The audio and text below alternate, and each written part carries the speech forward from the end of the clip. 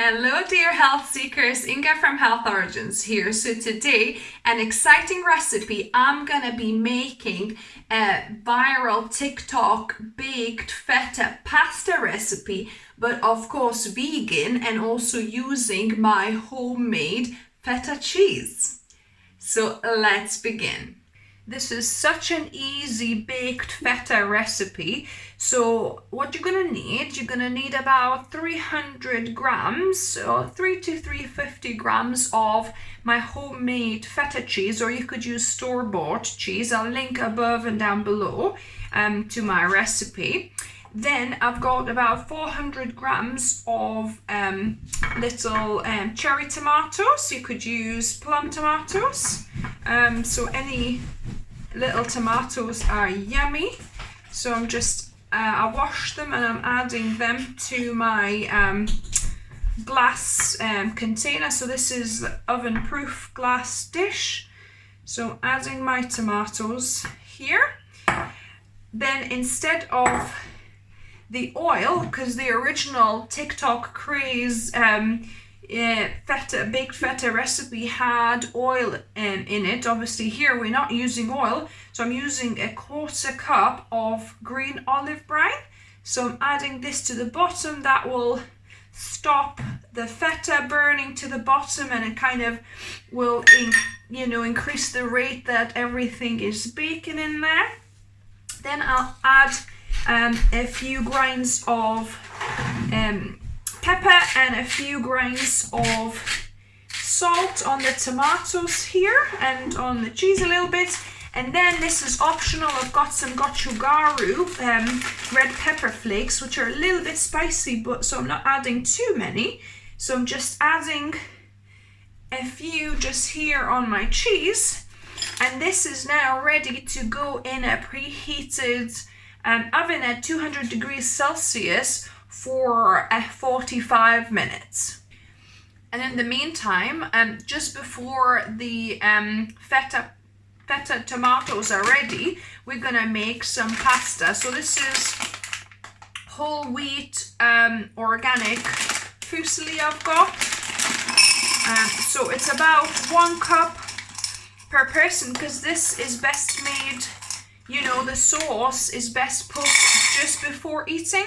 So we're gonna do just enough for me and Mark to have for dinner. So just about 1 cup per person, and boil according to your pasta instructions.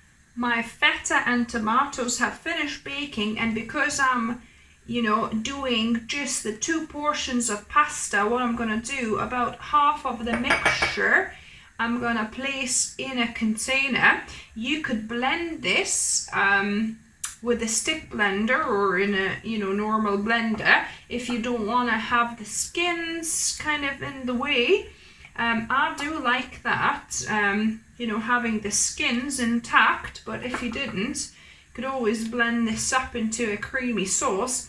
So I'm gonna leave half of the sauce for next pasta lot, because it's best eaten fresh. So I'm just gonna only do half for now, and this one can be reheated next time. So just adding that to my jar and keeping this in the fridge. And this one will be going on to my freshly cooked pasta. So I've got my freshly cooked pasta, and I'm just gonna pour my feta and my tomatoes in here.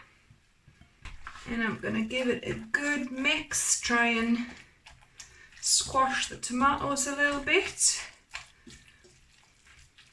Like I said, if you'd rather have your tomatoes kind of blended in with feta, then you could blitz the sauce beforehand, before adding to the pasta. I quite enjoy it this way. And voila, you've got yourself a delicious pasta dish. All we need to do is to dish and taste test them. Look at this, looks beautiful. And now on to the best bit, taste testing. So let me give this a go. It's nice and steamy. I don't want to burn my throat. Oh my goodness, so good, guys. Wow. The flavors, like the tomatoes, are so fresh. If you feel like it needs a little bit of salt, possibly the pasta, if it's not got tomato in, it could do with a sprinkling of salt for me. So obviously go with that, because I didn't put much salt at all for baking, so you can always add some more onto your plate. But oh my goodness, this is so good, especially when you get the tomato, roasted tomato with it. Bellissimo. So yeah, so give this a go. Let me know what you thought of it. If you like the video, give me a thumbs up. If you're new to the channel, welcome and subscribe for more videos. I upload, or try to upload, a couple of videos every week.